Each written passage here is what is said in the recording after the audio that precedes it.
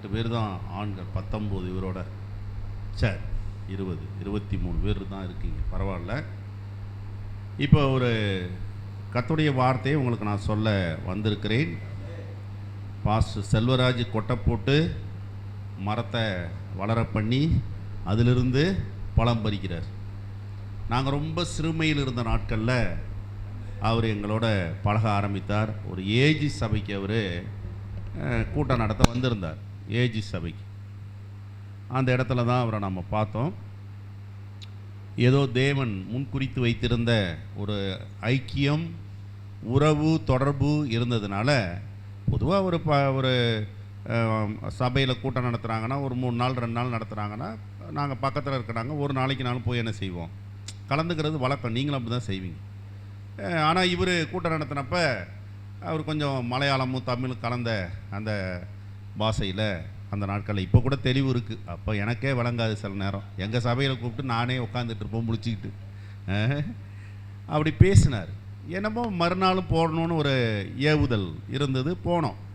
அப்போ நாங்கள் ரொம்ப எளிமையாக ஒரு கூரை வீட்டில் ஒரு மண் தரை எல்லாம் கட்டியிருந்தோம். மேலே ரூட் போடுற அளவுக்கு வசதி இல்லாததுனால அந்த நாட்கள் சொல்கிறேன், எளிமையாக தான் நாங்கள் இருந்த நாட்களில் அவர் எங்களோட பழக ஆரம்பித்தார். அவரும் பல சிரமத்தில் கஷ்டத்துலலாம் இருந்தார். அப்புறம் களியக்காலவில் அவர் குடியிருந்த வீட்டுக்கெல்லாம் நான் போயிருக்கிறேன். நல்ல பிரியாணியெல்லாம் கொடுப்பார், சாப்பாடெல்லாம் கொடுப்பார். அந்த ஐக்கியம், தொடர்பு அப்படியே நீண்டு போயிட்டே இருக்குது. அவர் சொன்னதாட்டு வருஷத்தில் ஒரு முறை நாள் நாங்கள் கூப்பிட்றது வழக்கமாக வச்சுருந்தோம் டிசம்பர் மாதங்களில். அப்புறம் 1-2 வருஷம் கூட ஏதாச்சும் கட்டாயிருக்கலாம் அந்த சுனாமி நேரத்தில். ஒரு தடவை எனக்கு நல்லா ஞாபகம் இருக்குது, ரொம்ப பிஸியாக இருந்தேன் சுனாமி நேரத்தில். அப்போ இவர் ஒரு ஃபோன் அடித்தார். நான் ஒரு கிராமத்துக்குள்ளே, அழிஞ்சிமங்கலம் கிராமத்துக்குள்ளே சில வீடுகளை கட்டி கொண்டிருந்தோம். அதுக்கு நான் போயிட்டு இருக்கும்போது ஒரு ஃபோன் அடித்தார். அந்த தொடர்பை விடாமல் அவர் என்ன செஞ்சால், கம்யூனிகேஷன் அது கரெக்டாக பண்ணிகிட்டே இருந்தார் அவர். அதனால் உறவுகள் வளரணுன்னா, ஐக்கியம் வளரணுன்னா ஒரு கம்யூனிகேஷன் இருக்கணும். நமக்குள்ளே நல்ல தொடர்புகள் இருந்துக்கிட்டு இருந்தால் தான் உறவு, ஐக்கியம்லாம் வளரும். சரிங்களா? சரி, சந்தோஷம். இந்த லோக்கல் பாஸ்டருக்கும் நன்றி சொல்லுகிறேன்.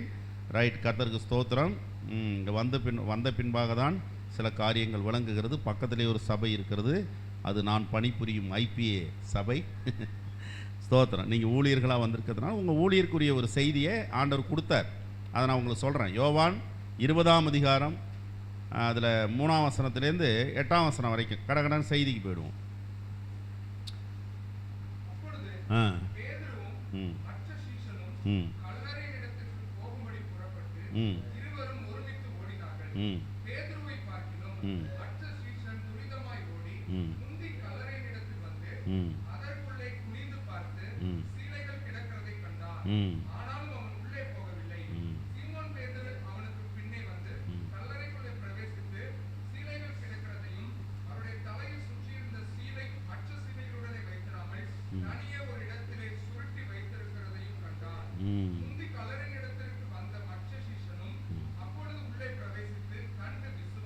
போதும், எல்லாம் ஒரு அல்லேலூயா சொல்லுங்க. கண்டு விசுவாசித்தான். கண்டு விசுவாசிக்கிறது நல்லதா, காணாமல் விசுவாசிக்கிறது நல்லதா? அது தோமாவுக்கு ஆண்டவர் சொன்னது இல்லையா? நீ இந்த விரல்லலாம் என்ன செய், இந்த ஓட்டையிலலாம் கையை விடு, விழாவில் வேணாலும் கையை விடு, சந்தேகத்தை தீர்த்துக்க. ஆனால் ஒன்று, கண்டு விசுவாசிப்பதிலும் காணாமல் விசுவாசிப்பது பாக்கியவான்கள். இப்போ நாம தான் அந்த பாக்கியவான்கள். சரிங்களா? சரி, கர்த்தர் நல்லவர். இப்போது 2 ஊழியக்காரும் ஓட்டம். நேற்று நைட் அப்படியே வாக்கிங் போயிட்டு இருந்தேன் எங்கள் வீட்டுக்கு எதுக்க. 2 கண்ணு ஆப்ரேஷன் பண்ணி இப்போ தான் கண்ணு நல்லா தெரியுது. இந்த கண்ணாடியும் போட்டுக்கிட்டு டே நைட்டு கிளாஸு கொஞ்சம் வெளிச்சம் இருக்கும். அப்படி நடந்துக்கிட்டு இருந்தேன். ஒரு ஊழியக்கார் வந்தார். அப்படி போனார் பைக்கில், பட்டாரம் நிறுத்தினார். பேசுனா ரொம்ப நேரம் பேசுகிறவர் அவர். நானும் அதே ஆள் தான், பேசுனா ரொம்ப நேரம் பேசும். ஒரு நாள் அப்படி தான், அவர் அங்கே தான் குடியிருக்கார் எங்கள் வீட்டுக்கு பக்கத்தில். ஒரு நாள் வீட்லேயே சொல்லாமல் நான் பாட்டில் போகிறேன், நான் உட்காந்து 1 மணி நேரம் பேசியிருக்கேன். எனக்கு காணுன்னு தேட ஆரம்பிச்சிட்டாங்க எல்லோரும். சரி, அது பழைய கதை. படாருன்னு சொன்னார், பாஸ்டர் நான் எங்கேயுமே ஊழியர் கூட்டத்துக்கெல்லாம் போகிறதில்ல பாஸ்டர். ஏன்னு கேட்டால் எல்லாம் மாம்சமாக இருக்குன்னாரு. அப்புறம் நான் நினச்சேன், மாம்சம் இல்லாமல் வெறும் ஆவியாக இருந்தால் எப்படி பிரசங்கம் பண்ணுறது? ஜென்ம சரீரம் முந்தினது, ஆவிக்குரிய சரீரம் பிந்தினது. அப்போ நம்ம மாம்சத்தில் இங்கே கூடி வந்ததுக்கப்புறம் தான் ஆவிக்குள்ளாக முடியும். மாம்சமே வராமல் எப்படி ஆவிக்குள்ளாக முடியும்? சொல்கிற புரியுங்களா? ரைட்டு, இருக்கும் மாம்சத்துக்குரிய கிரியைகள் மனுஷன் தானே, மனுஷன்ட்ட இருக்க தானே செய்யும். ஆனால் அதை மேற்கொண்டு ஆவியில் வளர வேண்டும். ஒரு அல்லேலூயா சொல்லுங்க. இப்போ கேள்வி என்னன்னா, ஓடுறீங்களா ஓட்டத்தை நிறுத்திட்டீங்களா? ஓடுறவன் முந்தி ஓடி ஒரு பிரயோஜனமும் கிடையாது. ஆனால் ஓட்டம் சரி, ஓடணும். நீ ஓடி என்ன சாதிச்ச? அதான் இப்போ கேள்வி. யோவான் முந்திக்கிட்டு ஓடினார்ல, வயசு சின்ன வயசு ஓடின, நீ என்ன சாதிச்ச? வெளியில் தான் நிற்கிற. அவன் வயசானவன் பின்னாடி ஓடி வர்றான் பேதுரு, ஆனால் அவன் உள்ளே போய் என்ன செஞ்சான்? இதான் விஷயம். சில நேரங்களில் ஊழியத்தில் போய் முந்துவாங்க சில ஆள். என்ன பண்ணுவான்? ஆமாம், பழைய ஆள் உட்காந்துட்டு இருப்பான் 20 வருஷமாக, ஒன்றும் பண்ண முடியாது. இப்போ நான் 40 வருஷத்தை கடந்துட்டேன். சில ஆள் என்ன செய்வான்? அடிப்பான், பத்திரிக்கை ப்ளக்ஸ் அடிப்பான், வால் போஸ்ட் அடிப்பான், எங்கே பார்த்தாலும் ஒட்டுவான், சீடியை வெளியிடுவான். அப்புறம் பார்த்தீங்கன்னா அதுக்கு வாங்கின கடனை கட்ட முடியாமல், ஐயா ஏதாச்சும் உதவி செய்யணும் என்னட்டையும் வருவான். அதுவும் நடந்திருக்கு. நீ ஓடி என்ன சாதிச்ச? நீ ஓடனி இல்லை முந்திக்கிட்டு, நீ என்ன சாதிச்ச? ஓடுறது முக்கியம் இல்லைங்க.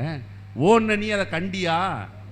அதுக்கப்புறம் தான் கண்டு விசுவாசிக்கிறான். முன்னாடி ஓடினவன் கண்டு விசுவாசித்தான். ஆனால் பேதுருவை பற்றி அவன் கண்டு விசுவாசித்தான்னு எழுதலை. பேதுரு உள்ளே நுழைஞ்சிட்டான். தைரியசாலி என்ன செஞ்சிட்டான்? கல்லறைக்குள்ளே பிரவேசித்துட்டான். நீங்கள் நினைக்கிறதாட்டு நம்ம ஊராட்டம் நினைக்காதீங்க. கல்லறைனா அந்த இப்படி பக்கத்தில் போய் நிற்கலாம், இப்படி திறந்துக்கிட்டு பார்க்கலான்னு. ஒரு கல்லறைக்கு இறங்கணுன்னா 100 படிக்கட்டு 200 படிக்கட்டு இறங்க வேண்டியிருக்கு. ஏன்னா முன்னாடி அவன் கல்லறையெல்லாம் வச்சுருந்ததெல்லாம் புதஞ்சு போயிட்டு போல இருக்குது. இப்போ மறுபடியும் நோண்டி வச்சுருக்கான். நான் இஸ்ரேலுக்கு போனதுனால சொல்கிறேன், புரியுதுங்களா? முட்டி வலிக்கு இறங்குறதுக்குள்ளே ஏறுறதுக்குள்ளே அப்படி இருக்குது. மலை இல்லது, பிளைன்ஸ் கிடையாது. ஒரு சின்ன கல்லறை கட்டி வச்சுருக்கான், போய் திறந்து பார்த்துட்டு வர்றதுக்கு. அது இறங்க வேண்டியிருக்கும் பாருங்கள், எத்தனை படிக்கட்டு இறங்கணும். ஆமாம், அந்த சீலாவம் குளம்னு ஒன்று இருக்குது பாருங்கள், அதில் அப்படி தான் போய் இறங்கிட்டு செருப்பு இல்லாமல் வேற போகணுன்ட்டாங்க. ஏன்னு கேட்டாக்கா அந்த அந்த ஒரு தண்ணி எஸ்ஐகே ராஜா தோண்டின ஒரு டியூனல், அது என்னது, அது ஒரு குகை. அந்த குகைக்குள்ளே 5 அடி தான் இருக்குது. இப்படி குனிஞ்சிக்கிட்டே நடந்து போகிறோம் ஒரு தண்ணி. அங்கே போனால் சீலவாம் குளம் கடைசியாக இருக்குது. 1.5 கிலோமீட்டர் 2 கிலோமீட்டர் நடந்து போனோம். ஒரே இருட்டு. அதுக்குள்ளே நடந்து போனோம். ஆம்பளை பொம்பளை எல்லோரும் போயிட்டுருக்கோம். அப்போ செருப்பு போடக்கூடாதுன்ட்டாங்க. ஏன்னு கேட்டால் தண்ணிக்குள்ளே நடக்கணும்ல, அதனால் செருப்பு போடல. சீலவாம் குளத்தில் போயிட்டு ஏறலான்னு பார்த்தா எல்லாம் இரும்பில் இருக்குது படிக்கட்டு. காலை வச்சா குத்துறதாட்டு வேறு இருக்குது. அதனால் ரொம்ப டஃப்பு. சரி இருக்கட்டும்.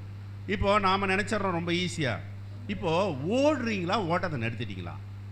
பாயிண்ட்டுக்கு நான் நேரடியாக வந்துடுவோம். நமக்கு நேரம் இல்லை. ஐயா சொன்னார், நீங்கள் ஒரு 1 மணிக்கு முடிச்சுருங்க, 1:15 முடிச்சுருங்க அப்படின்னு. முடிச்சுருவோம், கவலைப்படாதீங்க. இப்போது இயேசுவை தவிர பாக்கி எல்லாருமே ஓட்டத்தை நிறுத்தினவன். எலியா படுத்துட்டார் ஒரு கட்டத்தில். நீங்கள் நினச்சிக்கிட்டு இருக்கலாம், இவ்வளோ அழகாக பேசுகிறார் செல்வராஜ், சோறு வராதுன்னு. செல்வராஜ் எப்பப்போ சோர்ந்து போனார்னு எனக்கு தெரியும். நீங்கள் என்ன நினச்சிக்கிட்டு இருக்கலாம், ஓ பாஸ்டர் 40 வருஷம் வந்துட்டார், இனிமேல் அவருக்கு சோறு வராதுன்னு. எனக்கு எப்போ சோறு வந்துச்சு, நான் படுத்தா அல்லது படுப்பேன்னு எனக்கே தெரியாது. அப்போ ஆண்டவரை நம்மளை அப்பப்போ என்ன செய்கிறாரு? தட்டி எழுப்புறார், உற்சாகப்படுத்துகிறார். எழுந்துரு, போஜனம் பண்ணும், நீ போக வேண்டிய தூரம் வெகு தூரம். ஒரு அல்லேலூயா சொல்லுங்க. எந்த ஊழியக்காரனுக்கு சோறு வந்துடும், எந்த ஊழியக்காரனுக்கு பயம் வந்துடும், எந்த ஊழியக்காரனுக்கு ஒரு டிப்ரெஷன் மன அழுத்தம் வந்துடும், எந்த ஊழியக்காரனுக்கு ஒரு சலிப்பு வந்துடும். இயேசு ஒருத்தருக்கு தான் அது வரல. எருசலேமுக்கு நேராக தன்னுடைய முகத்தை திருப்பினார். அது சிங்கம். அதனால என்ன பண்ணார்? யூதராஜ சிங்கம். பின்வாங்கலை அவர். ஆனால் ஊழியத்தில் பின்வாங்காத ஊழியக்காரனு கிடையாது. பேதுரு மீன் பிடிக்க போனாரா? ஏற்கனவே எலியா படுத்திருந்தாரா? யோனா என்ன சொன்னார்? வேணான்ட்டாரா? உயிரே போனாலும் சரி, இனிமேல் நான் என்ன செய்ய மாட்டேன், ஊழியமே செய்ய மாட்டேன்ட்டார். அப்படி பல ஊழியக்காரர். இப்போ ஆவியானவர் இன்னைக்கு உங்களுக்கு என்ன சொல்கிறாருன்னா, உங்கள் ஓட்டத்தை விடாதீங்க, ஓட்டத்தை ஓடிக்கிட்டே இருங்க, ஓட்டத்தை ஓடிக்கிட்டே இருங்க. அப்போ இந்த ஓட்டங்கிற தலைப்பில் நாம் சில காரியங்களை பார்க்க போகிறோம். 2 சாமுவேல் 18ஆம் அதிகாரம் 22ஆம் வசனம். 2 சாமுவேல் 18ஆம் அதிகாரம். அகிமாஸ் யோவாபை நோக்கி, எப்படி ஆகிலும் நானும் ஓடுவேன். இன்னொருத்தன் பேர் என்ன ஐயா? அகிமாஸ். இன்னொருத்தன் பேர் இருக்கட்டும், கூஷா. அவன் பேர் கூஷி. அவன் கூஷி, இவன் குஷி. நான் ஓடுறேங்கிறான். நீ யாருப்பா? நீ ஊழியக்காரன், ஆசாரிய. நீ என்ன சொல்லணும்? நல்ல செய்தி தான் சொல்லணும். இப்போ என்ன நடந்துச்சு உங்களுக்கு தெரியுமா? ஓடிட்டான், இவனும் ஓடிட்டான். யார்? அகிமாசும் ஓடிட்டான், கூஷியும் ஓடிட்டான். குஷியாக இருந்தவனும் ஓடிட்டான், கூஷியும் ஓடிட்டான். ஆனால் அகிமாஸ் போன உடனே என்னடா செய்தின்னு கேட்டால், செய்தி சொல்ல தெரியல. என்ன பண்ணுறான் அவன்? அது ராஜா வந்து ராஜான்னா, நீ ஓரமாக போய் நில்லு, வரவன் போய் நிற்கிறான். அவன் வாரான். அவன் வந்தோடனே என்னடா செய்தின்னா, அந்த மகனுக்கு நடந்ததாட்டு யாருக்கும் நடக்கக்கூடாது. அப்போது ஊழியக்கார்ட்ட நல்ல செய்தி தான் இருக்கணும். என்ன செய்தி இருக்கணும்? நல்ல செய்தி. உங்களை பார்த்தாலே தெரியுது ரொம்ப நல்லவங்களை. பல ஊர்களுக்கு நான் போன ஆள், பல நாடுகளுக்கு நான் போன ஆள். சில ஊர்களெல்லாம் நல்ல செய்தி சொல்ல மாட்டான். மத்தேயு, மார்க்கு, லூக்கா, யோவான், இந்த 4 நற்செய்தி நூல். இந்த 4 இயேசு பிறந்ததுலேருந்து அவர் மரித்தது பரமேறினது எழுதியிருக்கு. கொஞ்சம் கொஞ்சம் வித்தியாசம் இருக்குது. என்ன வித்தியாசம்? மத்தேயு எழுதும்போது அவர் யூதர்களுக்கு எழுதினார், லூக்கா எழுதும்போது புறஜாதிகளுக்கு எழுதுறார். அப்போ கொஞ்சம் நல்ல விளக்கமாக எழுதுறாரு. அதான் வித்தியாசம். இப்போ உதாரணத்துக்கு சொல்கிறேன், இப்போ பின்னாடி வரும் ஒரு வசனம் சொல்கிறேன். அந்த யோவான் சுவிசேஷர் எழுதியிருக்கு, பேதுரு அரண்மனைக்குள்ளே போகலை, வாசலில் நிற்கிறான். ஆனால் யோவான் வந்து செல்வாக்கு மிக்கவன். யாருக்கிட்ட? இயேசுகிட்டையும் செல்வாக்கு மிக்கவன், மார்பலை சாஞ்சிக்கிறான். பிரதான ஆசாரியன்ட்டையும் செல்வாக்கு மிக்கவன். அதனால் வந்து பேதுருவை உள்ளே அழைச்சிட்டு போகிறான். அது அவன் செஞ்ச வேலை. அதனால் ஒரு விளக்கமாக எழுதுறாரு. புரியுதுங்களா? இப்போ கவனிங்க, உலகத்தில் நமக்கு செல்வாக்கு இருக்கும், சில இருக்குது, சொல்ல புரியுங்களா? ஆண்டவர்கிட்டையும் நமக்கு செல்வாக்கு இருக்கும். கவனிங்க, எதுதான் இருந்தாலும் சரி. இப்போ கவனிங்க, அதை நான் பின்னாடி சொல்கிறேன். இப்போ ஒரு நல்ல செய்தி சொல்ல வேண்டியவன் இவன் என்ன பண்ணிட்டான் போய். அதனால் நம்ம வாயில் 5வது சுவிசேஷம் வரவே கூடாது. 5வது சுவிசேஷம் என்ன தெரியுங்களா? பேசுவாங்க, உங்கள் பாஸ்டர் எனக்கு தெரியும், அவர் இன்ன ஜாதி, அவருக்கு மீசை இல்லை, அவருக்கு தலையில் முடி இல்லை, அவருக்கு ஒரு பொண்டாட்டி, அவருக்கு 2 புள்ள, அவர் பைக் வச்சுருக்காரு, கார் வச்சுருக்காரு. இதெல்லாம் இப்போ என்ன? இதனால் எவன் ரசிக்கப்பட போகிறான்? இதனால் எவன் ரசிக்கப்பட போகிறான்? ஒன்றுமே கிடையாது. ஆனால் இவன் சொல்கிறான் போய். தெரியும், அவர் முதல்ல சைக்கிளில் போனார், உனக்கு தெரியுமா? அவர் எப்படி சம்பாதிச்சார் உனக்கு தெரியுமா? இப்படியெல்லாம் அடுத்தடுத்து இன்னும் நிறைய கெட்ட வார்த்தையெல்லாம் பேச ஆரம்பிச்சிருவான். புரியுதுங்களா? ஆமாம், உண்மைதான். அதுக்கு என்ன, யார் இல்லைன்னுது? எல்லாமும் விதை போடும்போது 2 இலை தாயா வந்தது. விதை போட்டப்போ 2 இலை வந்தது, உண்மைதான். அதுக்கப்புறம் என்னது? 2 இலை என்னாச்சு? வளர்ந்து வந்தது, பூத்துது, காய்ச்சுது. இதில் என்ன சரித்திரத்தை பார்த்ததுனால உனக்கு என்ன? பாஸ்ட் பையன் எனக்கு சின்ன வயசுலேயே தெரியும். நான் கூட அது போல் கதை வேணால் சொல்லலாம். அந்த குழந்தைங்கள்லாம் எனக்கு சின்ன வயசுலேயே தெரியும். 40 வயசு ஆகிட்டுல, அப்போ 40 வருஷத்தில் பிறந்ததெல்லாம் எனக்கு கதை தெரியுமா? அதனால என்ன பிரயோஜனம்? இப்போது நல்ல செய்தி இல்லாமல் நீங்கள் ஓடாதீங்க தயவு செய்து. நான் வந்து புகழ்ச்சிக்கு சொல்லலை.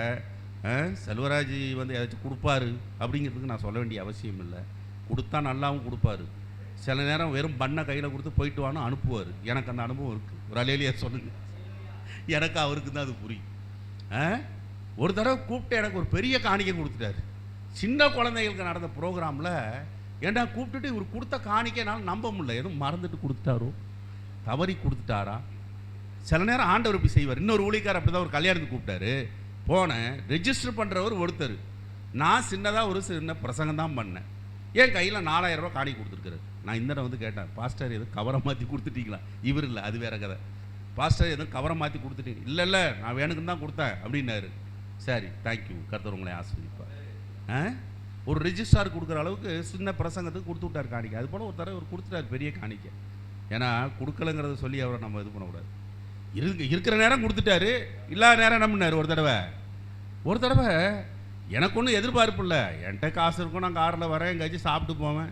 ஒரு பண்ணை கொடுத்துட்டு ஒன்றுமே சொல்லலை. அவர் பாட்டில் பஸ்ஸுக்கு போயிட்டார். அவர் என்ன, அந்த மனுஷன் காணிக்கை கொடுக்க மறந்துட்டாரா, இல்லை காசு இல்லையா? இல்லைன்னு சொன்னாலும் நம்மனாலும் அவருக்கு கொஞ்சம் கொடுக்கலாமே, ஞாபகம் இருக்கான்னு கேளுங்க. அவர் நான் பண்ணத்தில் ஒரு பண்ணை கொடுத்துட்டு போயிட்டார். நான் திருவிருந்து கொடுக்க போனேன், எனக்கே திருப்பி பண்ணை கொடுத்துட்டு போயிட்டார். சரி, நான் அதை மறக்கலை. அதாவது நிலைமைகள் எங்கே வேணால் மாறும். நம்மளுடைய பொருளாதாரத்து நிலைமைகள் அப்படி இப்படி மாறும். நம்ம நண்பர்களாக இருந்தால் எப்போ வேணால் எதை வேணால் செஞ்சுக்கலாம். அது ஒன்றும் பிரச்சனை இல்லை. ஒரு அலையிலேயே சொல்லுங்கள். செய்தி என்ன? தவறான ஓட்டம் ஓடுறீங்களா? அடுத்த ஊழியக்காரரை பற்றி எங்கேயாச்சும் போய் ஏதாச்சும் சொல்லிட்டு வரலான்னு கிளம்பி போகிறீங்களா? போகாதீங்க. ஒரு 35 வருஷம் 40 வருஷத்துக்கு முன்னாடி ஒரு பெரிய கான்ஃபரன்ஸு, அங்கே ஒரு பெரிய பாஸ்ட் பேசுகிறார்.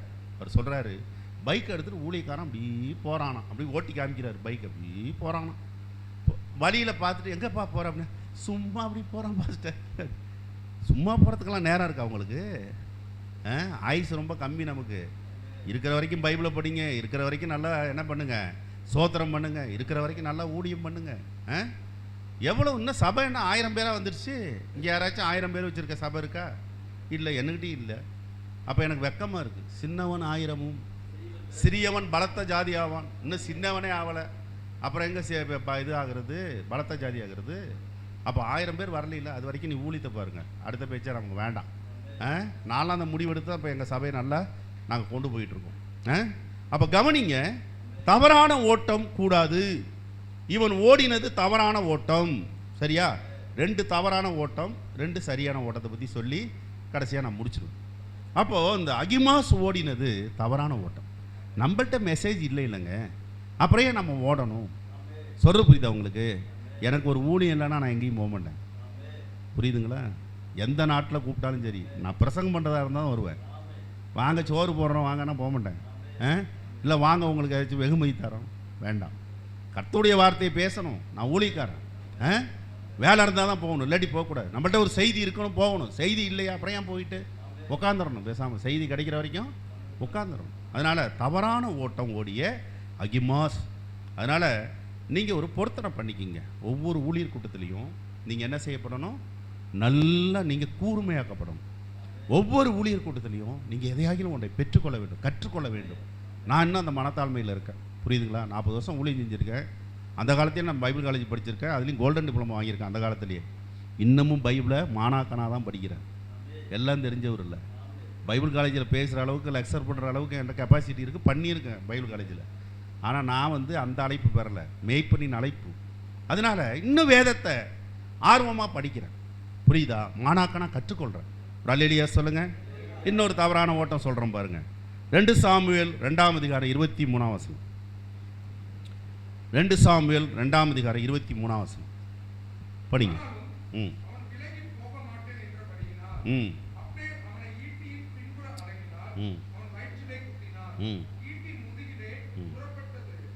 செத்தவன் பேர் ஆசகேல். போதும் போதும் தம்பி. செத்தவன் பேர் ஆசகேல், குத்துறவன் பேர் அப்னேர். அவன் கேட்குறான், இடையே உன் ஓட்டத்தை பார்த்தா நீ ஆசைகாலாட்டம் தெரியுறிய, நீ என்னை விட்டுட்டு வேற எவனையாச்சும் துரத்துங்கிறான். ஏன்னா அவன் அண்ணனும் இவனும் யார்? ஃப்ரெண்டு. அதனால சொல்கிறான், நீ இன்னாருடைய தம்பியில், யோவாப்புடைய தம்பியில் நீ, அதனால் நீ என்ன பண்ணு, என்னை விட்டுரு, வேற எவனாச்சும் துரத்துறான்னா கேட்கணுமா இல்லையாம்மா? சில நேரம் நீங்கள் தேவையில்லாத ஆளை துரத்திட்டு போனீங்கன்னா உங்களை கொன்றுவான். தேவையில்லாத ஆளை துரத்தாதீங்க, அவன் உங்களோட பலசாலி. புரியுதா? அவனை ஏன் நீங்கள் துரத்துறீங்க? உங்களுக்கு நல்லா ஓட தெரியுதுங்கிறதுக்காக என்ன செய்யக்கூடாது? மனுஷனுக்கு தக்கதாக தான் அவன் பலன் இருக்கும். இந்த ஒரு கீழ்ப்படிதல் இல்லாததுனால, ஆசைகளை அப்னேர் கொண்டதுனால, அப்னேரை என்ன பண்ணுறாரு? யோவாப்பு கொல்றாரு. அது எங்கே போய் இடிக்குது? ராஜா வரைக்கும் போய் இடிக்குது. தாவீது ராஜா வரைக்கும் போய் இடிக்குது. தாவீது சொல்கிறாரு, அவன் ஒரு பாவமும் செய்யலை அப்னேர். அவனை அவன் கொண்டு விட்டானே. யார்? யோவாப்பு கொண்டு விட்டானே. யோவாப்பு இப்போ தாவீதால் கண்டிக்க முடியல. ஆனாலும் சொல்லிட்டார், இந்த இரத்த பலிக்கு நான் நீங்களாகிவிட்டேன். சொல்ற புரியுதுங்களா? அதனால் தேவையில்லாத காரியங்களை நாம் துரத்தி கொண்டு இருக்க வேண்டிய அவசியம் இல்லை. சில ஆள் ஹைகோர்ட்டு, சுப்ரீம் கோர்ட்டு, அப்புறம் என்னது முதலமைச்சர், கவர்னர், இவர் வேலை தான் அழைப்பு, இவர் துரத்திக்கிட்டு போகிறார். நான் சொல்கிறேன் ஐயா, ஜபம் பண்ணுறதுக்கு தான் ஐக்கியம், வசனத்தை கற்றுக்கிறதுக்கு தான் ஐக்கியம். புரியுதுங்களா? விஜயை பார்க்குறது, முதலமைச்சர் பார்க்குறது, கவர்னர் பார்க்க. நான் என்ன சொல்கிறேன், வேத வசனத்தை மறுதளிச்சுட்டு என்னது ஊழியம் செய்யணுங்கிறேன். கர்த்தர் வீட்டை கட்டாராகில் கட்டுகளுடைய பிரயாசம் விருதா. கர்த்தர் நகரத்தை, அடுத்து அப்படியே சொல்லுங்க, கர்த்தர் சபையை காக்காவிட்டால், கர்த்தர் சபையை கட்டாவிட்டால் விருதா. இவர் மு க ஸ்டாலின் காப்பாற்றுவார், விஜய் காப்பாற்றுவார், எவர் காப்பாற்றுவார்? இதை சொல்லியே ரொம்ப பேர் கூட்டம் கூட்டி ஒரு இது நடந்துக்கிட்டு இருக்கு பல ஊர்கள்லையும். இதை சொல்கிறான், எனக்கு அவரை தெரியும், நான் போன போட்டால் அவர் எடுப்பார். ஆமாம், அந்த அளவுக்கு எனக்கு இருக்குது. நேரிலே அவரை பார்ப்பேன். ஏன் பின்னாடி தான் போய் பாரு, எங்களுக்கு என்ன? நான் என்ன சொல்கிறேன், கர்த்தர் ரட்சித்தா ரட்சிக்காட்டி பிரச்சனையே கிடையாது. இதுக்காக ஒரு தண்டை போய் தொங்கிக்கிட்டு இருக்கணும்னு அவசியமும் கிடையாது.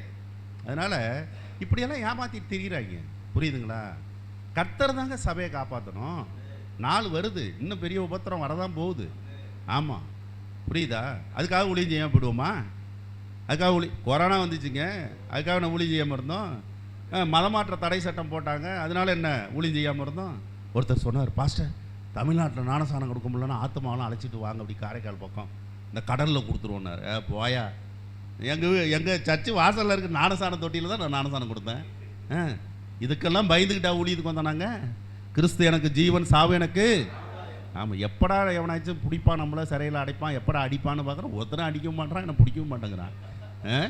கர்த்தருடைய மகிமை நம்மளை சூழ்ந்துருக்கு போல இருக்கு. அதனால் அஞ்சக்கூடாது. ஊழியத்துக்கு வந்துட்டு என்ன செய்யக்கூடாது? பயப்படக்கூடாது. வாழ்வது ஒரு வாழ்க்கை, அது இயேசுக்காக வாழணும். புரியுதுங்களா? இந்த வட இந்தியாவில் அடிக்கிறான், பிடிக்கிறான், கொள்றான்னாங்க. இப்போ தமிழ்நாட்டிலையும் கிட்டத்தட்ட வந்துருச்சு. அதனால் நாம் தவறான ஓட்டம் ஓடக்கூடாது. ஊழியர்களை துரத்தக்கூடாது. மொட்டை கடிதாசி எழுதுறது, வீடியோ எடுக்கிறது, அங்கே அனுப்புறது, இங்கே அனுப்புறது. அன்றைக்கி ஒரு நாள் திடீர்னு எனக்கு ஒரு ஃபோன் வந்துச்சு. ஒரு ஊழியக்கார் ஒரு 100 பேரை அப்போ நான் விசாரிக்கிற ஒரு ஸ்தானத்தில் இருந்தேன். இப்போ அதை விடையும் கூடுதல் ஸ்தானத்தில் வச்சுருக்கிறாங்க. சரி, இருக்கட்டும். ஒரு ஃபோன் வந்துச்சு. பாஸ்டர், இது போல் யாரோ ஒருத்தன் என்னமோ ஒரு வீடியோ அனுப்பி, மொட்டை கடிதாசி அனுப்பி இப்படி என்னை கூப்பிடுறாங்க விசாரிக்கிறதுக்கு. நான் சொன்னேன், போன வாரம் நான் உன் இடத்துக்கு வந்துட்டு போனேன்னு போய் சொல்லு, நான் விசிட் பண்ணேன்னு போய் சொல்லு. அப்புறம் என்ன நடக்குது? ஒன்றும் இருக்காது, பயப்படாத தம்பி. சனிக்கிழமை வந்துச்சு அந்த ஃபோனு. ஞாயிற்றுக்கிழமை எனக்கு பிரசங்கம் பண்ணவே எனக்கு சமாதானம் இல்லை பாஸ்டர். போய் பிரசங்கத்தை பண்ணுப்பா, நீ போ. ஒரு வாரத்துக்கு முன்னாடி நான் போனது உண்மை. நான் சொன்னேன், அங்கே ஒன்றும் இல்லை, நான் பார்த்துக்கிறேன், நீ போ அப்படின்ட்டேன். ஒன்றும் இல்லாமல் போயிட்டு அந்த பிரச்சனை. போய் சொல்லு, என் பேரை சொல்லு, இன்னார் வந்தார் போனார் பார்த்தாருன்னு சொல்லு அப்படின்ட்டு. அது ஒரு சின்ன பிரச்சனைங்க, அதை பெருசாக கிளப்பி விட்டான். அப்போது இதுதான் வேலை. நான் கேட்டேன், கூப்பிட்டு கேட்டேன், அந்த கடிதம் எழுதினவன் கீழே கைது போட்டுருக்கானா? இந்த கடிதத்தை இன்னாரும் எழுத முடியுமா? நான் விளக்கமாக சொல்லலை. ஸ்டாஃபையே பிடிச்சி ஒரு வாங்கினேன். அதுக்கப்புறம் தலைவர்கிட்டையும் கூப்பிட்டு என்ன பண்ணோம், சொல்ல வேண்டியவங்கள்ட்ட சொல்லி, அது நத்திங், அதை ஒன்றும் பெருசாக இது பண்ண வேண்டாம், தூக்கி போடு அப்படின்னு. அதனால் கவனிங்க, சிலர் இதே பொழப்பு, இதே தொழில் இது ஆபத்தில் போய் முடிஞ்சிடும். அதனால் அடுத்த ஊழியக்காரனை விரட்டிக்கிட்டு ஓடுறதோ அல்லது தேவையில்லாத இடத்துல போய் மோதுறதோ இது தவறான பழக்கம். அது வேண்டியதில்லை. சரி, இப்போ சரியான ஓட்டத்துக்கு நாம் வந்துடுவோமே. அதே யோவான் சுவிசேஷம், யோவானை பற்றி படிக்கிறோம். அப்போஸ்தலர் 13:25. வந்துருங்க. சும்மா ஒரு ஆலோசனை தான், டீப்பான மெசேஜ் எல்லாம் இன்னைக்கு இல்லை. இது வேற யோவான் சானகன் தன் பணிவிடை ஓட்டத்தை நிறைவேற்றுகிற போது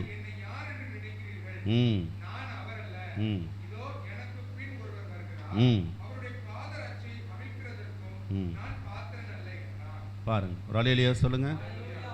பார்த்தீங்களா, ஒரு மனுஷனுக்குள்ள இருந்த தாழ்மை அது எங்கே வரைக்கும் போகுது பாருங்க. இது இப்போ நம்ம அப்போஸ்தலர் படிக்கிறோம். பவுல் இதை எடுத்து சொல்கிறது புரியுங்களா? பவுல் தான் கொஞ்சம் விளக்கமாக சில காரியங்களை எழுதுறாரு. அப்போ பாருங்க, அவருடைய கல்வி. யோவான் தன்னுடைய பணிவிடை ஓட்டத்தை முடித்தான். இப்போ நாம் ஓடிட்டு இருக்கிறோம். ஊழியங்கிறது ஒரு ஓட்டம், வாழ்க்கைங்கிறது ஒரு ஓட்டம். ஒரு நாளைக்கு முடியும். பவுல் சொன்னார்ல, ஓட்டத்தை முடித்தேன், விசுவாசத்தை காத்து கொண்டேன். 2 தீமோத்தேயு 4:7. அப்போது விசுவாசத்தை காத்து கொண்டீர்களா? ஓட்டத்தை ஓடுகிறீர்களா? ஓட்டம் சரியான ஓட்டம் தானா? ஓடுகிற உங்களிடத்தில் நல்ல செய்தி இருக்கிறதா? அதான் இப்போ கேள்வி. இப்போது அந்த யோவான் சானகன் ஓடும்போது என்ன சொல்கிறான்? பின்னாடி வர்றவர் என்னை விட பெரியவர், அவருடைய பாதரட்சியின் வாளை நான் பாரு. இப்போ ஊழியக்காரங்கள்ட்ட இருக்கிற பிரச்சனையே என்னன்னா, அவனை விட நான் ஒன்றுத்துலேயும் குறைஞ்சவன் இல்லை, சின்னவன் இல்லை. இதுதான் இப்போ பிரச்சனையே. ஆனால் இயேசு நமக்கு என்ன கற்றுக் கொடுக்குறாருன்னா, பெரியவன் சின்னவன்லாம் இருக்கட்டும், நீ பாதரட்சை கீழே பார். இயேசு காலை கழுவி காட்டுறாரு, ஒரு மாதிரி. புரியுதுங்களா? உங்களை டெய்லி அதுக்காக காலு கழுவு, மாதம் காலு கழுவு அப்படின்னலாம் இயேசு சொல்லலை. அது ஒரு மாதிரி. இப்போ நான் காலு கழுவுற ஆராதனையெல்லாம் நாங்கள் நடத்தி பார்த்தோம். அவன் அந்தஸ்துக்கு அழைச்சிட்டு போகிறான். பணக்காரன்னா படித்தவனை படிக்காதவனை அழைச்சிட்டு போகிறான். அதுவா தாழ்மை? இந்த காலு கழுவுற சடங்காச்சாரம் இல்லை, அதை வேணால் வருஷத்தில் ஒரு நாளைக்கு செய்யுங்க, குற்றம் இல்லாமல். ஏசி செஞ்சார், நாங்களும். ஆனால் அவன் மனம் எப்பொழுதும் ஒரு கிழவி பாட்டி அல்லது படிக்காதது, அல்லது ஒரு கிழமை படித்தது படிக்காது, இல்லை ஒரு ஊனமுற்றவன், அவன் காலை நீ கழுவியா? அதுதான் தாழ்மை. காலை கழுவுறதல்ல, அவர்களுக்கு சேவை செய்ய வேண்டும், அவர்களுக்கு பணிவிடை செய்ய வேண்டும். ஊழியங்கிற வார்த்தையை விட பணிவிடைங்கிற வார்த்தை நல்ல வார்த்தை தமிழில். பணிவிடைங்கிற வார்த்தையை விட சேவகம்ங்கிற வார்த்தை இன்னும் நல்ல வார்த்தை. சேவகம்னா அவனுக்கு சம்பளமும் கிடையாது, அவன் என்ன செய்கிறான், மனப்பூர்வமாக இது என்னுடைய தலையெழுத்துங்கிறது போல, அல்லது இது எனக்கு நான் செய்ய வேண்டிய கடமை, இட் இஸ் மை டியூட்டி, இதை நான் செஞ்சு தான் ஆகணும், செய்ய முடியாதுன்னா சொல்ல முடியாது. புரியுதுங்களா? அதான் சேவகம், அதான் சேவகம், சேவித்தல், சேவகம். அப்போது பணிவிடை செய்யணும். புரியுதுங்களா? நாம் சபைக்கு ஊழியம் செய்கிறது நம்ம வசதிக்காக சபை இல்லை, சபையின் வசதிக்காக நாம். இப்போது துரதிர்ஷ்டவசமாக மேடையெல்லாம் நல்லா கட்டுறோம். புரியுதுங்களா? ஊழியக்கார் வீடெல்லாம் நல்லா இருக்குது, ஆனால் விசுவாசி என்னவா இருக்கிறான்? அப்படியே தான் இருக்கிறான். அப்போது சபைக்காக அருளப்பட்டவர் தான் ஊழியக்காரர். ஊழியக்காரருக்காக சபை ஆண்டவர் என்ன செய்யலை, அருளவில்லை. சபையில் வர்ற பணம்லாம் உங்களுக்கு தான், ஆனால் அந்த பணத்தை நீங்கள் பயத்துடன் பக்தியுடன் ஊழியத்துக்கும் செலவழிக்கணும். புரியுதுங்களா? ஆமாம், எல்லாமும் நம்ம குடும்பத்துக்கே கிடையாது, சொத்தை வாங்கி போடுறது கிடையாது. புரியுதுங்களா? அதனால் நாம் யோவானை போல பணிவிடை செய்ய வேண்டும். நிலமை உயர உயர என்ன செய்யணும், நம்மளை தாழ்த்தி பழகிக்கணும். துதிகன மகிமையெல்லாம் அவருக்கு தான் சொல்லணும். சரி, ரைட். அடுத்து நான் முடிக்கிறதுக்கு வர்றேன். 1 கொரிந்தியர் 9ஆம் அதிகாரத்தில் 24லேருந்து 27 வரைக்கும் உங்களுக்கு தெரிஞ்ச வேத பகுதி. பந்தய சாலையில் ஓடுகிறவர்கள் எல்லோரும் ஓடுவார்கள், ஆகிலும் ஒருவனே பந்தயத்தை பெறுவான் என்று அறியீர்களா? நீங்கள் பெற்றுக்கொள்ளத்தக்கதாக ஓடுங்கள். பந்தயத்துக்கு போராடுகிற யாவரும் எல்லாவற்றிலேயும் இச்சையடக்கமாய் இருப்பார்கள், அழிவுள்ள கிரீடத்தை பெறும்படிக்கு அப்படி செய்கிறார்கள். நாமோ அழிவில்லாத கிரீடத்தை பெறும்படிக்கு அப்படி செய். ஆதலால் நிச்சயம் இல்லாதவனாக ஓடேன், ஆகாயத்தை அடிக்கிறவனாக சிலம்பம் பண்ணேன். மற்றவர்களுக்கு பிரசங்கம் பண்ணுகிற நான் தானே ஆகாதவனாய் போகாதபடிக்கு என் சரீரத்தை ஒடுக்கி கீழ்ப்படுத்துகிறேன். ஒரு அல்லேலூயா சொல்லுங்க. அடுத்து ஊழியக்காருடைய ஓட்டம் இச்சை அடக்கத்தோடு இருக்கும். இச்சை அடக்கம் இல்லாமல் போணுச்சுன்னா என்ன ஆகும்? பந்தய பொருள் கிடைக்காது. ஓடலாம், ஆனால் பந்தய பொருள் கிடைக்காது. அப்போ எல்லாரை விட ஊழியக்காருக்கு தான் நிறைய சோதனையே வருது. இப்போ எல்லாரும் அங்கே உட்காந்துருக்கான், ஊழியக்காரர் இங்கே இருக்கார். இங்கேருந்து எல்லாரையும் பார்க்கலாம், அவனையும் பார்க்கலாம், அவளையும் பார்க்கலாம். புரியுதுங்களா? ஒரு துணி விலகிறது பொம்பளைக்கு அவளுக்கு தெரியலனாலும் இங்கே மேடையில் இருக்கிற பாஸ்ட்டுக்கு தெரியும் இல்லையா? அப்போ இச்சையை தூண்டுற காரியங்கள் ஊழியக்காருக்கு தான் நிறைய வரும். புரியுதுங்களா? இவருக்கு தீனிக்கு குறைவில்லை, போகிற இடம் பூரா பிரியாணி, போகிற இடம் பூரா மீன் குழம்பு. இன்றைக்கி என்ன மீன் குழம்பா? இங்கே ஏரியாவில் கிடைக்கிறது தானே அவங்க செய்வாங்க. போகிற இடம் பூரா பிரியாணி, போகிற இடம் பூரா மீன், நல்ல தீனி. புரியுதுங்களா? கண்ணும் நல்லா தெரியுது தின்னதுனால. அதனால் இந்த இச்சையை என்ன செய்யுது? சாத்தான் தூண்டு. அப்போது இந்த இச்சை அடக்கமாக இருக்கணும். என்னவா இருக்கணுங்க? இச்சை அடக்கத்தோடு ஓடணும். இச்சை அடக்கம் இல்லாமல் ஓடினால் ஊழியம் உருப்படாமல் போய்விடும். புரியுதுங்களா? உனக்கு தான் இச்சையை தீர்த்துக்கிறதுக்கு ஆண்டவர் துணையை கொடுத்துருக்கிறாள், தீர்த்துக்க வேண்டியது தானே. உலகத்தில் தான் அவன் சொல்கிறான்ல, கொண்டவள் துணையோடு தானே காமனை வென்றாக வேண்டும். அவன் ஒரு கவிஞன் எழுதியிருக்கிறான்ல. அதனால் உனக்கு தான் அவனுக்கு கொடுத்துருக்கிறார்ல ஆண்டவர், இச்சையை தீர்த்துக்க வேண்டியதுன்னு. அதனால் தேவையில்லாத இது வந்தால் ஊழியங்கள் கட்டுப்பிடும். இச்சைக்குரிய பார்வையே கூடாது. நேற்று நான் உட்காந்து யோசனை பண்ணிகிட்டு இருந்தேன், ஆண்டவர்கிட்ட கேட்டுக்கிட்டு இருந்தேன். பழைய ஏற்பாட்டை விட புதிய ஏற்பாடு தான் ரொம்ப கடுமையாக இருக்குது. பழைய ஏற்பாடை என்னமோ கடுமையானது போல் நம்ம படிக்கும்போது தெரியுது.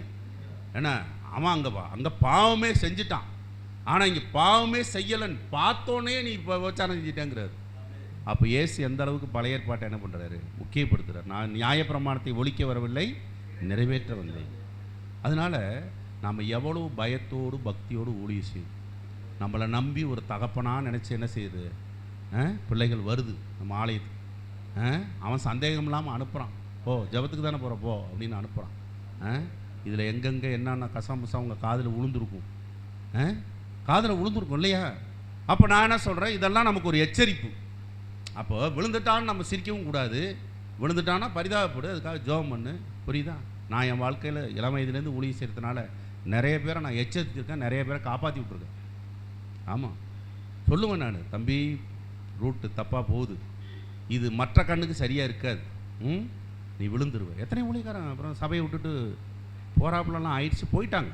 நான் எச்சரித்து கேட்கலன்னா அப்புறம் அவ்வளோதான். புரியுதுங்களா? அதனால் இச்சை அடக்கத்தோடு ஓட வேண்டும். வெறும் ஸ்திரியை குறித்த காரியம் மாத்திரம் இச்சை அடக்கம்னு சொல்ல முடியாது. பண ஆசை எல்லா தீமைக்கும். ஆமாம். அப்போ இச்சித்து, உலகத்தை இச்சித்து தோமா என்ன பண்ணார்? என்னை விட்டு போயிட்டான் அப்படின்னு பவுல் சொல்கிறார். திடீர்னு ஆசை வந்துடும் பாருங்க.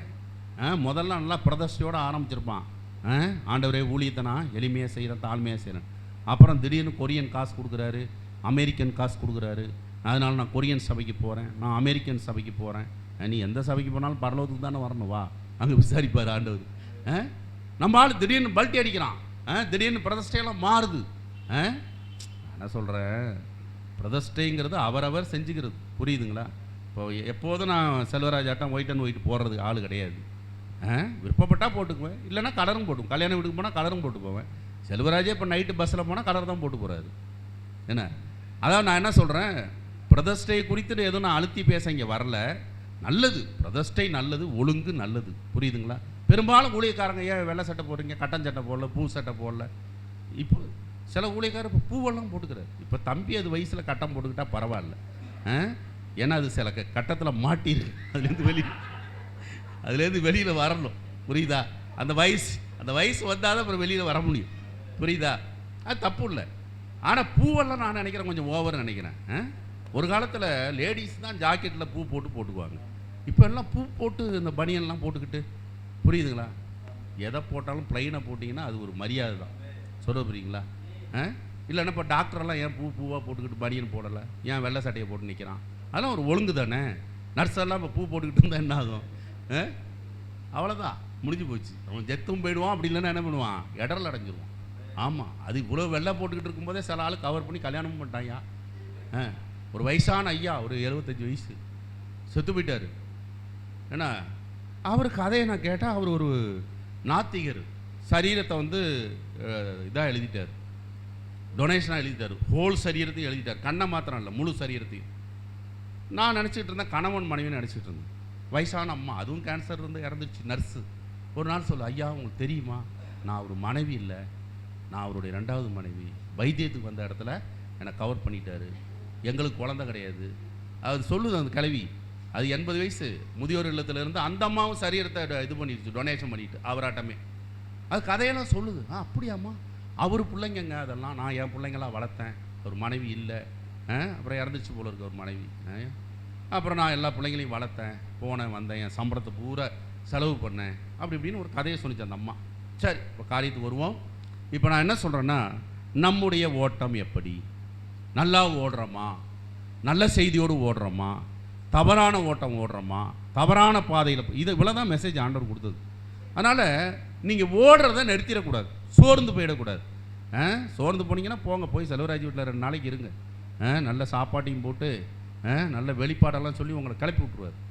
அதுக்காக தான் நானே கூப்பிட்றது. எனக்கே கொஞ்சம் சோர்வு அடைஞ்சுன்னா அதுக்கு தான் வருஷத்தில் ஒரு தடவை கூப்பிட்றது. இப்போ கொஞ்சம் சோர்வெல்லாம் கழிச்சு போச்சு. அதனால் அப்போ கவனிங்க, நல்ல வார்த்தைகளை சொல்லி திடப்படுத்துவார். நம்முடைய ஆண்டவர் நெறிந்த நாணலை முடியாதவர், மங்கி எறிகிற திரியை அணையாதவர். நம்முடைய ஆண்டவர் நம்மளை இன்னும் கொஞ்சம் தீபம் எரியட்டுங்கிறார், இன்னும் கொஞ்சம் பிரகாசிக்கணும்னு சொல்கிறார். இருக்கிறதே கொஞ்சம் ஆளியா ஊழிக்காரங்க, இந்த கொஞ்சம் ஆளையும் ஆண்டவர் இழந்துட விரும்பலை. இந்த கொஞ்சம் ஆளை அவர் என்ன செய்யலை, விரும்பலை. அறுவடை மிகுதி ஆட்களோ கொஞ்சம், அறுவடைக்கு எஜமான ஆட்களை அனுப்பும்படி வேண்டிக் கொள்ளுங்க. இதை சொன்ன இயேசுநாதர் வந்தவனை விட்டுருவாரா? ஊழியக்காரரை விட மாட்டார். அதனால் கடைசியாக நான் உங்களுக்கு ஒரு ஆறுதலுக்காக சொல்கிறேன். ஒரு தம்பி பாட்டு எழுதியிருக்கிறான். அந்த பாட்டில் என்ன சொல்கிறான்னா, எப்போதாகிலும் ஆண்டவர் என்னை மறந்தது உண்டா, சர்வஞானின்னு ஒரு பாட்டு போடுவான் அடிக்கடி இடையில. அப்போது யூடியூப்பில் வருதா, கிரகிக்க முடியாத காரியம் செய்கிறார். ரைட், அதில் வர்ற அடிகள் தான் அதெல்லாம்.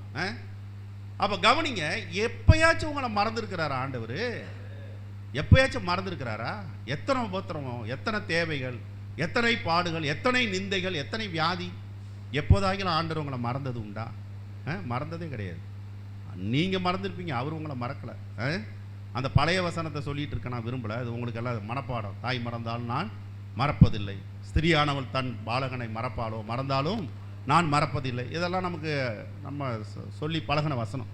அப்போது ஊழியக்காரருக்கு எவ்வளவுதான் பிரசங்கம் பண்ணாலும் ஊழியக்காருக்குள்ள ஒரு சோர்வு சில நேரம் வருது. ஓட்டத்தை நிறுத்திடலாம், ஊழியத்தை விட்டுறலாம், அடுத்தவனை செய்ய சொல்லிடலாம், அல்லது வரும். ஆனால் ஓட்டத்தை நிறுத்தக்கூடாது. நம்முடைய ஆண்டவர் நம்மளை மறக்க மாட்டார். ஒன்று சொல்லி முடிக்கிறேன். நமக்கு 10,000 கேள்விகள் இருக்கலாம், 10,000 பிரச்சனைகள் இருக்கலாம். நான் இப்போ அதை சொல்லி தான் என்ன நான் தேத்திக்கிறேன், புரியுதுங்களா? நமக்கு 10,000 இருக்கலாம், ஆனால் அது எல்லாத்துக்கும் ஒரே ஒரு ஆன்சர் இருக்குது. அவர்தான் இயேசு. எல்லாம் கைத்தட்டி கர்த்தரை ஸ்தோத்திரம் பண்ணுங்க. சரி, இதை புரிகிறதாட்டு சொல்லுவோம். காரைக்குடியில் 1000 ஜன்னல் வீடு இருக்கான். கிட்டத்தட்ட அந்த வீட்டு வாசல் வரைக்கும் நான் ஒரு தடவை போயிட்டேன், ஒரு வைத்தியத்துக்கு போனப்போ. அது அந்த ஆளுங்க அவ்வளோ ஈஸியாக உள்ளே விட மாட்டானா, ஆளு இல்லை. நாங்கள் போனப்போ எங்கள் சபையில் ஒரு மேனேஜர் சொல்கிறாரு, ஏன் நீங்கள் சொல்லியிருந்தா நான் ஃபோன் பண்ணி சொல்லியிருப்பேன். சாதாரண ஆள் எல்லாரையும் போகிறவன் வரவனெல்லாம் உள்ளே விட மாட்டாங்க, ஒரு ஸ்பெஷல் பர்மிஷனோடு போய் பார்த்துருக்கலாமே பாஸ்டர் அப்படின்னாரு. சரி இன்னொரு நாளைக்கு சொல்கிறோம் போவோம் அப்படின்னு. கவனிங்க, ஜன்னல் 1000. அந்த வீட்டில் எத்தனை இருக்குது ஜன்னல்? அப்போ ரூம் எத்தனை இருக்குமோ நமக்கு தெரியாது. சரி இருக்கட்டும், ரூம் ஏதோ இருக்குது, ஜன்னல் 1000, பெரிய வீடு, ரைட்டு. இப்போ நான் கேட்குறது சாவி எத்தனை இருக்கும் அந்த வீட்டுக்கு? அந்த வீட்டுக்கு எத்தனை சாவி இருக்குன்னு நினைக்கிறீங்க? அந்த காலத்துலலாம் மெயின் சாவி ஒன்று தான் வச்சுருப்பான், புரியுதுங்களா? அந்த ஒத்த சாவியை நீங்கள் திறந்தாதான் அந்த முழு வீட்டுக்குள்ளேயும் போக முடியும். 1000 ஜன்னல் இருக்கட்டும், இல்லைன்னா அதில் 100 ரூம் இருக்கட்டும், சாவி ஒன்று தான் வச்சுருப்பான். மெயின் டோர் ஒன்று வச்சுருப்பான். அந்த மெயின் டோர் தான் அந்த எரிகோவிலையும் அப்படி தான் அடைச்சிவிட்டான், பார்த்தீங்களா? ஒரு சாவி தான் வச்சுருப்பான். அதனால் நமக்கு எத்தனை தேவை இருந்தாலும், நமக்கு எத்தனை பிரச்சனை இருந்தாலும் இயேசு ஒருவர் இருக்கிறார். அவர் உயிரோடு இருக்கிறார். அவர் நமக்கு உதவி செய்கிறார், சகாயர், துணையாளர். அப்போது முட்டி மோதி நல்லா ஜெபம் பண்ணணும், புரியுதுங்களா? நல்லா ஜெபம் பண்ணுங்க. உங்கள் சபைகளில் ஆள் இருந்தால் ஜப கூட்டங்களை நடத்துங்க. எனக்கு ஆவியானவரை தான் சொல்கிறார், ஜப கூட்டங்களை நல்லா நடத்துங்க. உங்களிலே யாருக்காச்சும் ஜபத்தை பற்றி பேச தெரிஞ்சால் மாறி மாறி கூப்பிட்டு ஜப கூட்டத்தை நடத்துங்க. இல்லை தெரியலையான்னா என்ன கூப்பிட்றேன்னா கூப்பிடுங்க, கார்டு தர்றேன், என்ன கூப்பிடுங்க. என்ன கூப்பிட்டீங்கன்னா என் காருக்கு மாத்திரம் பெட்ரோல் அடிச்சு விடணும்.